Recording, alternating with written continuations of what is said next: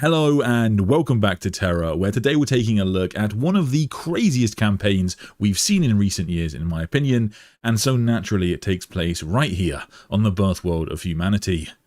When we think of Holy Terra, we usually think of the ultimate fortress. It is the throne world of humanity, heavily garrisoned and fortified against any threat from the outside. It repelled Horus Lupercal and his traitorous brothers, for instance. And this belief is largely held within the Imperium itself, as to even suggest that corruption could lurk within the shadow of the Emperor's palace is considered absolute heresy. But the Imperium is vast, its bureaucracies are crumbling, and Terra's population is unimaginably huge, with entire underworlds, ancient mag transit networks, and forgotten arcologies slowly collapsing under the weight of the levels built on top of them. And where there are dark, deep places filled with billions of humans, of course a Genestealer Cult is going to thrive. Today we are taking a look at the Shadow Throne campaign, which became known as the Unthinkable War, the time the worst kind of Xenos corruption reached Holy Terra itself.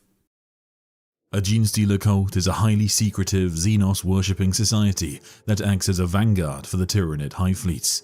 The nightmare begins when a lone Genestealer infiltrates an Imperial world and infects the local populace with Tyranid genetic material, a process that brainwashes the victims and causes them to give birth to horrific alien hybrids. Over several generations of breeding, these hybrids begin to look entirely human, allowing the cult to blend into Imperial society and even military structures. United by a psychic network known as the Broodmind and ruled by a massive mutated Genestealer called a Patriarch, the cult operates in the shadows until it is large enough to trigger a planetary uprising. So the question is, how did a Genestealer cult get to Terra? Well, the task is easier than you might suspect. With the constant endless flow of pilgrims, traders, and laborers moving in and out of the Sol system, preventing infiltration entirely is practically impossible. The Shadow Throne began with a Genestealer of the cult of the Pauper Princes, an especially zealous cult that originated on the slum world of Chance's Vale, but whose genesects have managed to spread across the galaxy. Embarrassingly for the Imperium, the discovery on the throne world was actually a complete accident. Deep within the arcology Veracitum Nepglis, an underhive stim deal went horribly wrong, sparking a massive turf war between rival gangs. When the local Adeptus Arcologies moved to break it up, the gangers fled into a long-abandoned subterranean mag transit network. The Arcologies pursued, but instead of finding a gang hideout, they stumbled into a nightmare. Hundreds of degenerate xenocultists spilled out of the gloom. The Arcologies were slaughtered, but one squad managed to fall back to their oppressor and was able to broadcast a distress signal to the precinct fortress 10 levels above. Naturally, the Inquisition was listening in, and the Lord Inquisitor Ichabel Vazmir of the Ordo Xenos swung into action. He initiated a total lockdown, level by level, sealing sanctified bulkheads across the polar arcologies. Millions of weaponized servo skulls were deployed into habitation commercial districts, shooting anyone who didn't have clearance. Thousands of void ships were prevented from landing nearby, and billions of pilgrims were trapped in holding patterns that could last for years. Then came a further military response. Regiments of Tempestus Scions dropped from low-orbit platforms, Adeptus Sororitas missions marched forth, and thousands of Arcologies enforcers were drafted directly into the Inquisition's service. But down in the dark, the Genestealer Patriarch, known as the Begator, knew a response was coming. The cult was still long away from being ready for an uprising, and their infiltration of vital assets had barely even begun. Worse still, the Patriarch realized its psychic compulsions were being dulled by some nebulous force, the sheer psychic weight of the Emperor himself. Realizing it couldn't win a conventional war, the Patriarch decided to run for a bolt hole hidden in a tectonic fault line. But first, it needed to lay a trap to wipe out its pursuers. However, also coming for the Patriarch were warriors beyond even its vast comprehension. The Emperor's personal guard answered the call of Inquisitor Vasmir. A joint task force of Adeptus Custodes and Sisters of Silence, the talons of the Emperor, descended into the underways, led by Blade Champion Aristes Cavellin. The cultists threw everything they had at the Custodes. Neophyte hybrids charged with autoguns, mining lasers and grenades, fighting fiercely to protect their Patriarch. The champion himself became a bladed cyclone, as if the Xenocultists were being fed into a machine. But the cult had a plan. A reductus saboteur named Mercia Tharic had rigged the adamantine reinforced pillars of an ancient cavernous fountain room with blasting charges. As the Talons pushed in, she detonated the explosives, bringing down the entire ceiling, covering them in an avalanche of stone. For a moment, it appeared the cultists had won. But then, huge slabs of masonry were suddenly rocketed into the air by the servo-assisted might of the Alaris Custodians. The golden-armored Terminators burst out of the rubble, their guardian spears booming as they blew the surrounding Xenocultists apart. The cult's powerful Magus attempted to use its incredible psychic power to mind control the Blade Champion, but he was forced running when the Sisters of Silence stepped forward, their null auras completely shutting down his psychic assault. Carvellin knew the Patriarch would be biding his time out there somewhere in the darkness. He engaged one of the cult's leaders to draw out the beast, and as he raised his sword for the killing blow, indeed, the ceiling tore open once again, and a Patriarch dropped directly onto him. The Begator and his massive 6 limbs struck with incredible speed, raking Carvellin's armor and punching its talons deep into his shoulder, bearing the custodian to the ground. But Carvellin is one of the greatest warriors in the galaxy. He rolled away, tore the beast's claws out of his flesh, and kicked it back. As the Patriarch crouched to strike again, Carvellin simply voxed to the rest of the Terminators to move in and finish the job. That is how the lore basically ends, just with the Blade Champion voxing to the rest of the Talons and the Emperor that prey is in sight, and he has it where he wants it, and just to move in and finish the job, which is pretty crazy to finish the story like that. There have been lots of speculations as to what happens after that point in the story, because the lore has never been picked up again. There's no mentions of this war in like the Genestealer Cult codexes or the Adeptus Custodes codexes that expand upon what happened next. And a lot of people have theorized like maybe he doesn't actually go on to kill the Begator, maybe he keeps it captured, or maybe they use it for testing or something like that. You know, they could use it in a blood game. There's all kind of things that the Custodians could do.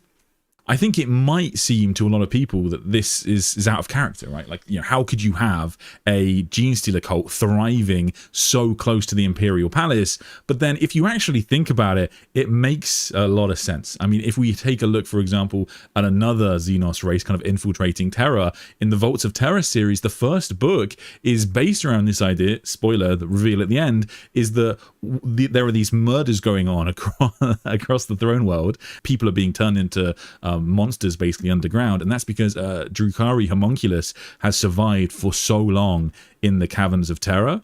And so the idea that there are so many deep hidey holes and there are so many misbegotten, forgotten people across the world that a Xenos cult, a Chaos cult could actually thrive, it works pretty well. And if anything, despite the fact that it's said to be heresy to even assume that there might be corruption so close to the Imperial Palace, it's basically inevitable that this will be the case. There are always going to be at least some servants of chaos and some servants of like Xenos races going on, because there's just too many people on the planet. I mean, one of the things that I think Chris Wraith's writing has done really well is really kind of emphasizing how much of a drain this planet is on the rest of the galaxy. Of course, it doesn't grow its food. It's got no oceans. It's just, things are just being trucked in every single day from across the galaxy. And so it's a complete nightmare.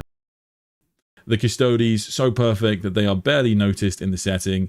Well, I mean, this is what's funny about the Custodes being perfect, right? Is that you have...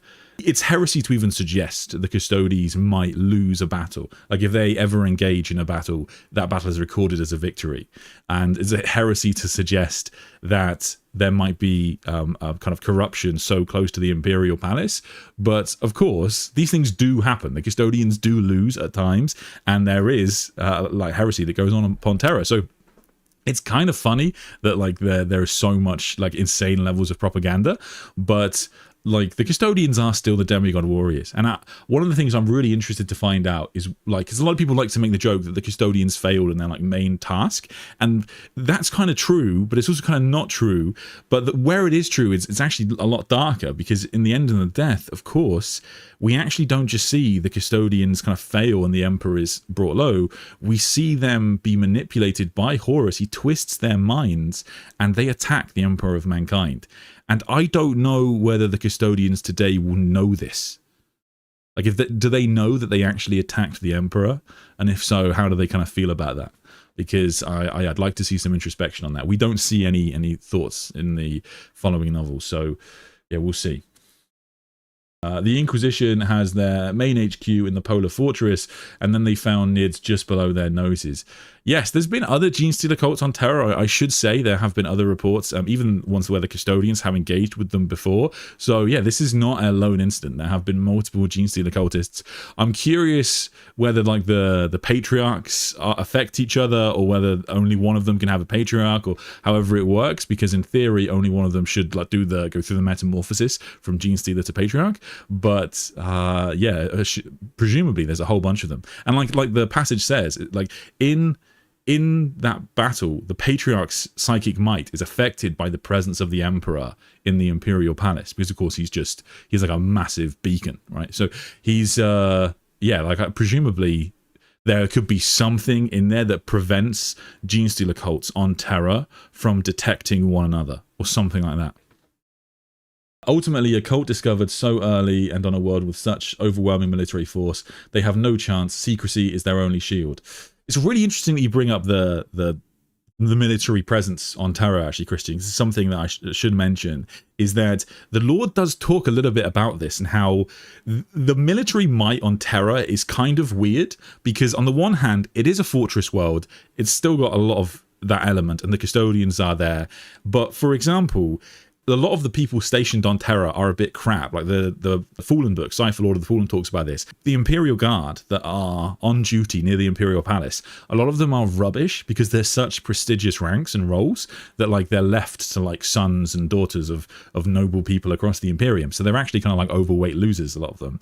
And, for example, the Imperial Fists, they have Terra as a recruiting world, quite famously, but they don't come down. Apparently, this is what the book says. They don't come down. They just stay on the phalanx, and then I don't know how they get humans, but presumably every now and then someone goes down, grabs a bunch of children, and then it goes back up to the phalanx. But yeah, if you need to get boys, you need to get them. It is what it is.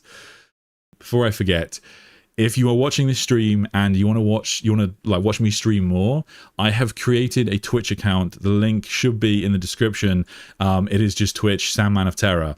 I am not going to move entirely over to Twitch, but I'm sort of experimenting with it, and I will be streaming more on Twitch. So if you want to catch more Sandman and ask me more questions, that is where you will find me.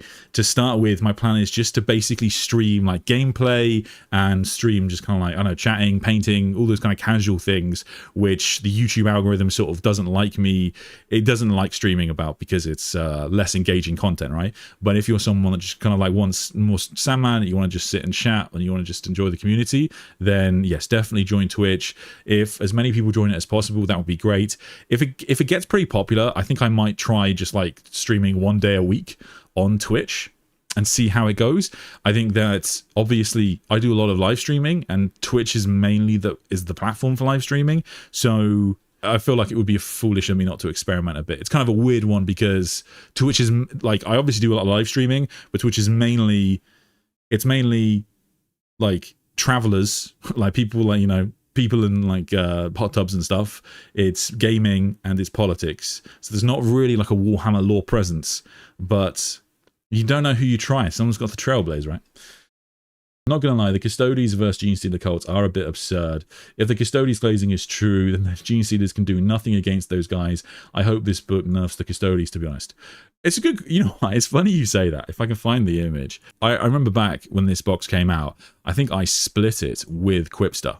This was the box that came out, and of all the boxes Games Workshop has ever released, this is kind of hilarious. Like, as you can see what's going on here, you know, you've got the cult leaders and a saboteur, that's nice, and then a squad of neophytes versus a squad of Sisters of Silence, 3 Alarus Custodians, and a Blade Champion, who's basically the greatest swordsman, presumably, in the setting. This as a matchup is hilarious. Like, that is genuinely embarrassing for the Genestealer cultists. So it's kind of funny that they got this matchup.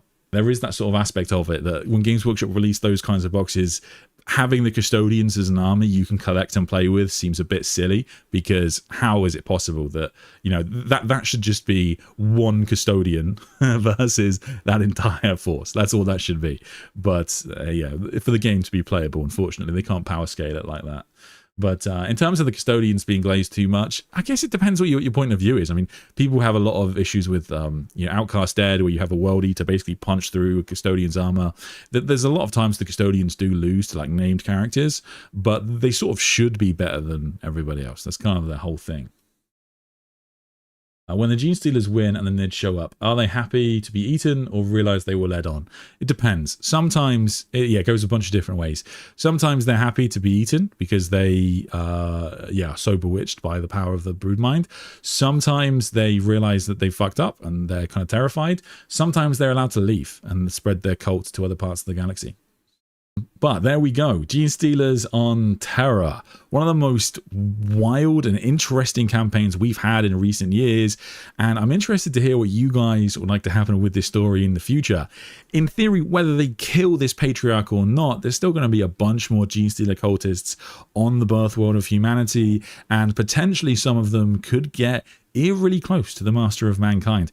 We'll see. But yeah, I've really enjoyed this campaign. It's a great little bit of lore, and I hope Games Workshop don't kind of shy away from giving us more unthinkable wars in the future.